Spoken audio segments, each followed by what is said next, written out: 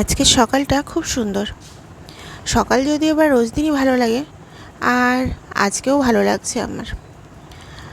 সকালবেলা ঘুম থেকে উঠে এরকম একটা সূর্যোদয় আর এরকম একটা নিস্তব্ধ পরিবেশ, তার সাথে একটু ঠান্ডা ঠান্ডা হাওয়া। যদিও বা আজকে কিন্তু হাওয়াটা বইছিল না, তারপরেও বেশ কিন্তু ঠান্ডা একটা চারপাশে ঠান্ডা ওয়েদার ছিল। তো সকালবেলা ঘুম থেকে উঠতে না ইচ্ছে হলেও সকাল সকাল নিজেকে জোর করে বিছানা ছেড়ে ওঠাই আমি এই সকালটা উপভোগ করার জন্য। এই সকালটা পুরোটাই আমার নিজের। গুড মর্নিং এভরিওয়ান, প্রিয়াঙ্কার ব্লগ সাইটের নতুন ব্লগে আপনাদের সবাইকে স্বাগত জানাচ্ছি। আমি প্রিয়াঙ্কা। আশা করছি আপনারা সবাই ভালো আছেন, আমরাও ভালো আছি। আর ওই যে দূরে প্লেন দেখা যাচ্ছে, এই রুটটা না প্লেনের রুট। আমাদের এই দিকটার এই আকাশের এই রুটটা একটু পরপরই প্লেন দেখা যায়। এই 1-2 মিনিট অন্তর অন্তরই খুব কাছ থেকে মাঝে মাঝে দেখা যায়। এটা তো তাও একটু অনেকটা দূরেই ছিল, কিছু কিছু প্লেন তো অনেকটা কাছ থেকে যায়। আর এই যে রাস্তা একদম শুনশান। আর ওই যে বাড়িটাতে রং করছে, এই বাড়িটাতে না আর কয়েকটা দিন পরে বিয়ে। আর ওই যে একজনকে দেখা যাচ্ছে হাতে একটা ব্যাগ ঝুলিয়ে চলেছে, ওই ব্যাগটা ভর্তি ফুল। ইনি ফুল চুরি করতে বেরিয়েছে। তো যার বাড়ি থেকে ফুল নিচ্ছে তার বাড়ি পুরো খালি করে নিচ্ছে, সেটা বোঝাই যাচ্ছে। এত ফুল দিয়ে উনি আসলে কি করবে আমি জানি না, তবে আমার মনে হয় এই কাজটা করা তার ঠিক হয়নি। কারণ প্রত্যেকেরই বাড়িতে ঠাকুর আছে, তো তারা পুজো করে। তো সবাই তো আর রোজ দিন সকাল সকাল ঘুম থেকে উঠতে পারে না। এই আজকে এখন এই সময়টাই তো এখন 5টা 5 কি 10-এর মতো বাজে, আর উনি তো এরকম ফুল তুলে নিয়ে যাচ্ছে, তার মানে উনি আরও সকাল সকাল উঠেছে। তো সবার পক্ষে তো এত সকালবেলা ঘুম থেকে ওঠা সম্ভব হয়ে ওঠে না।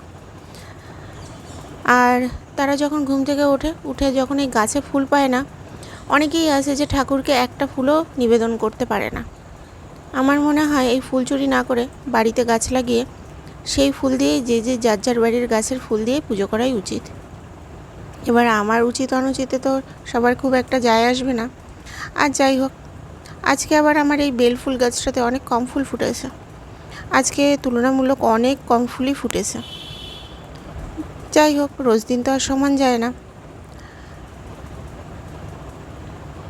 আর এই যে উচ্ছে গাছ, এই গাছটাতে না কোথায় যে উচ্ছে থাকে জানি না, তবে উচ্ছে থাকে কিন্তু প্রচুর, বোঝা যায় না, উপর থেকে দেখলে বোঝা যায় না।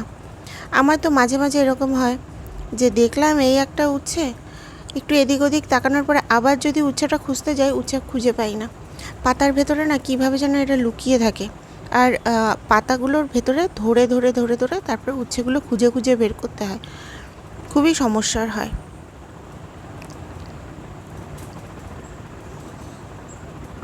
আর এই যে আজকে এই কয়েকটা ফুল ফুটেছে।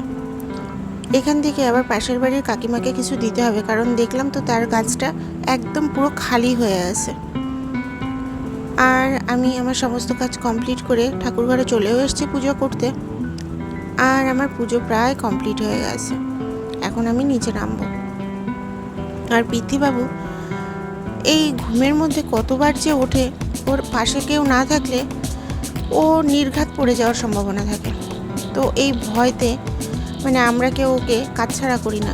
আমি যতটুকু সময় সকালবেলাটা ছাদে বা অন্যান্য কাজ এই ঠাকুরঘরের কাজে থাকি, মা ততটা সময় ওর পাশে থাকে। মাঝে মাঝে যদিও বা একটা অসহ্যের ব্যাপার তো আছে, মায়েরও হয়তো লেগে যায়, আমারই মাঝে মাঝে লেগে যায়, তারপরেও আমরা কাছছাড়া হই না ওর। বলা যায় না একটা অ্যাক্সিডেন্ট হয়ে গেলে কী অবস্থা হবে। আর এই যে আমাদের আজকে সকালবেলার ব্রেকফাস্ট ছিল পাউরুটি দিয়ে ডিম টোস্ট আর চা। আজকে খুব একটা বেশি কিছু রান্না করেনি মা। আমার আজকে অনেকটা দেরি হয়ে গেছে স্নান করে পুজো করতে করতে, কারণ অনেক কাজ ছিল। আর এই যে এটা আমাদের দুপুরবেলার লাঞ্চ। আজকে লাঞ্চে ছিল তেলাপিয়া মাছের ঝোল, আর ছিল হচ্ছে মটর ডাল উচ্ছে দিয়ে, তার সাথে ছিল আলু সেদ্ধ, আর ছিল ভেন্ডি ভাজা আর গাছের লেবু। পিতৃবাবু ঘুমিয়ে পড়েছিল, তাড়াতাড়ি ঘুমিয়ে পড়েছিল। আজকে আবার বেশ খানিকটা সময় ঘুমিয়েছে। মাঝে মাঝে একদম না ঘুমোতে চায় না। দুপুরবেলাটা এই ঘুমোলো আধা ঘন্টা কি মাঝে মাঝে তো 15 মিনিটের মধ্যেই ঘুম থেকে উঠে পড়ে। আবার মাঝে মাঝে দেখি বেশ সুন্দর কিন্তু ঘুমোয়। তা আজকে কিন্তু বেশ ভালো ঘুমিয়েছে ও। তো এর ফলে যেটা হয়েছে, আমি একটু রেস্ট পেয়েছি, আমি একটু ঘুমোতে পেরেছি।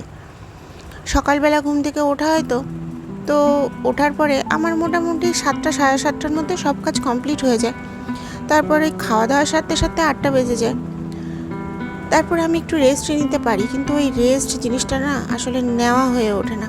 কারণ আমি যখনই পিতৃবাবুর পাশে এসে শুই, একে তো আমার কাজ শেষ হয় না, একটার পর একটা লেগেই থাকে। আর ওই পিতৃবাবুর পাশে এসে শোয়ার সাথে সাথে ওই একটু পরপর উঠে পড়ে, আবার ওকে তুলে নিয়ে আবার ঘুম পাড়াতে হয়। তো ওই ঘুম হয়ে ওঠে না। তো দুপুরবেলাটা না একটু না শুলে একদমই পারি না, খুব মাথা যন্ত্রণা করে, মাঝে মাঝে তো তাকাতে পারি না, এরকমও হয়। আর এখন দেখি মা আবার দুপুরবেলাটা ওকে আবার নিয়ে বসে থাকে, কি করবে ঘুম থেকে। তো আমি মাঝে মাঝে বলি, মা ওকে একটু সামলাও, আমি আর পারছি না।